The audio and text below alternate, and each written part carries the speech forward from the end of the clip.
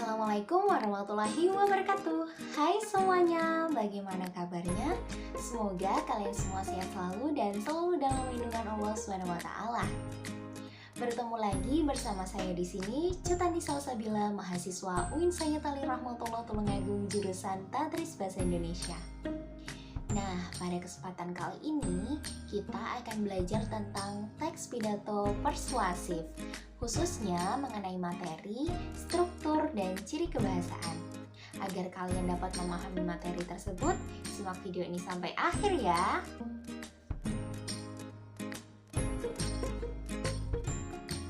Tujuan pembelajaran pada video kali ini yaitu yang pertama, peserta didik mampu menentukan struktur teks pidato persuasif dengan baik dan benar. Yang kedua, peserta didik mampu mengungkapkan ciri kebahasaan teks pidato persuasif dengan baik dan benar.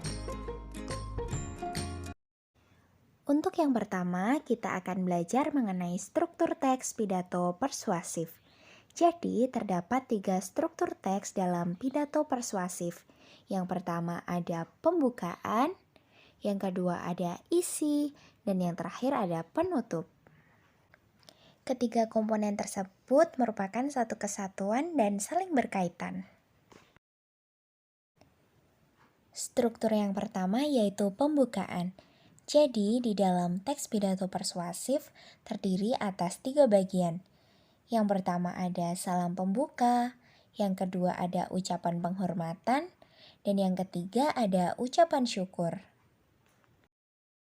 Struktur teks pidato persuasif yang kedua adalah isi. Isi pidato adalah bagian yang penting karena dalam isi ini mengandung inti dari sesuatu yang akan disampaikan dan dibicarakan.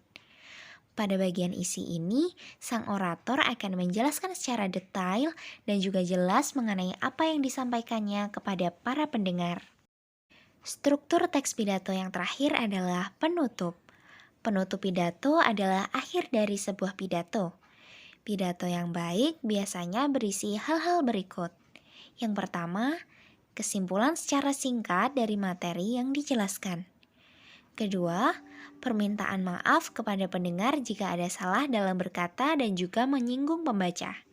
Dan yang ketiga adalah salam penutup.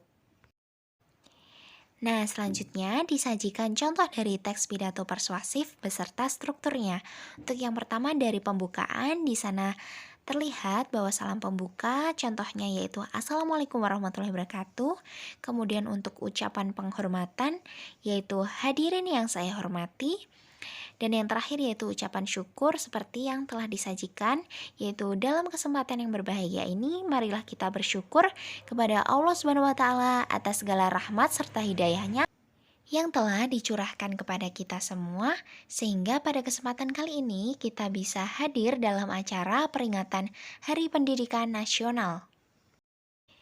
Berikutnya yaitu struktur bagian isi, telah disajikan pada video yaitu teks pidato persuasif mengenai anjuran untuk menuntut ilmu. Untuk contohnya bisa dibaca secara langsung pada video ya adik-adik. Untuk struktur yang terakhir yaitu penutup. Nah, terlihat bahwa di sana terdapat bagian kesimpulan, permintaan maaf, dan salam penutup. Untuk kesimpulannya terdapat pada kalimat, itulah dia yang dapat saya sampaikan mengenai keutamaan untuk menuntut ilmu, dan seterusnya. Kemudian untuk permintaan maafnya terdapat pada kalimat, sekian dari saya, apabila ada kurang lebihnya saya mohon maaf, semoga apa yang saya sampaikan dapat bermanfaat. Dan yang terakhir, salam penutupnya yaitu wassalamualaikum warahmatullahi wabarakatuh. Berikutnya kita masuk pembahasan yang kedua yaitu mengenai ciri kebahasaan teks pidato persuasif. Jadi di dalam teks pidato persuasif terdapat sekitar 10 ciri kebahasaan. Untuk yang pertama yaitu ada kalimat aktif dan pasif, yang kedua ada kalimat persuasif, yang ketiga ada kata sapaan, yang keempat ada kata ganti orang, yang kelima ada istilah teknis, yang keenam ada antonim dan sinonim, yang ketujuh ada kata benda abstrak, yang kedelapan ada kata emotif, yang kesembilan ada kata tugas, dan yang terakhir adalah modalitas. Untuk selanjutnya kita akan membahas masing-masing ciri tersebut. Untuk yang pertama yaitu kalimat aktif. yaitu suatu kalimat yang subjeknya melakukan tindakan yang diungkapkan dalam predikat terhadap objeknya. Contohnya, Presiden mengumumkan adanya kasus COVID-19 di awal bulan ini. Kemudian kalimat pasif yaitu kalimat yang subjeknya dikenai pekerjaan. Contohnya, bangunan itu dirobohkan pemerintah. Yang kedua yaitu kalimat persuasif, yaitu kalimat yang menyerukan suatu ajakan kepada pembacanya.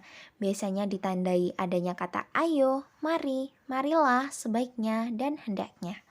Contohnya, mari kita menjaga kebersihan lingkungan sekitar. Yang ketiga ada kata sapaan. Kata sapaan yaitu kata-kata yang digunakan untuk menyapa orang tertentu. Contohnya bapak, ibu, dan saudara.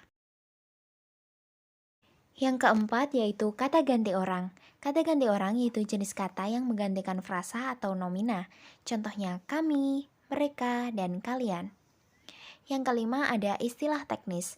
Istilah teknis yaitu kata yang memiliki makna tertentu dalam suatu bidang keilmuan. Contohnya, istilah teknis dalam bidang teknologi seperti install, situs web, dan lain-lain. Yang keenam yaitu sinonim dan antonim. Sinonim dan antonim berkenaan dengan hubungan persamaan makna kata dan lawan kata. Yang ketujuh yaitu kata benda abstrak. Kata benda abstrak yaitu kata benda yang tidak dapat kita lihat dengan panca indera namun bisa dirasakan. Contohnya, kata kebaikan, kejujuran, dan kebohongan maupun yang lainnya. Yang kedelapan ada kata emotif. Kata emotif yaitu kata-kata yang bersifat menimbulkan atau membangkitkan emosi subjektif sehingga menciptakan gambaran dalam imajinasi yang merangsang panca indera. Contohnya sedih, senang, khawatir, maupun yang lainnya. Yang kesembilan yaitu kata tugas atau konjungsi. Contohnya antara lain, oleh karena itu, yang, dan, maupun lainnya. Dan ciri kebahasaan yang terakhir yaitu modalitas. Modalitas yaitu suatu uraian dalam bentuk kalimat yang menunjukkan pernyataan, keinginan, sikap, perasaan si pembicara mengenai keadaan atau perbuatan terhadap lawan bicaranya. Contohnya, mungkin, harus, bisa jadi, maupun yang lainnya. Itu dia penjelasan dari saya mengenai struktur dan ciri kebahasaan teks pidato persuasif. Semoga apa yang saya sampaikan dapat bermanfaat untuk kalian semua ya. Apabila ada kurang lebihnya saya mohon maaf. Sampai jumpa di video-video berikutnya. Wassalamualaikum warahmatullahi wabarakatuh.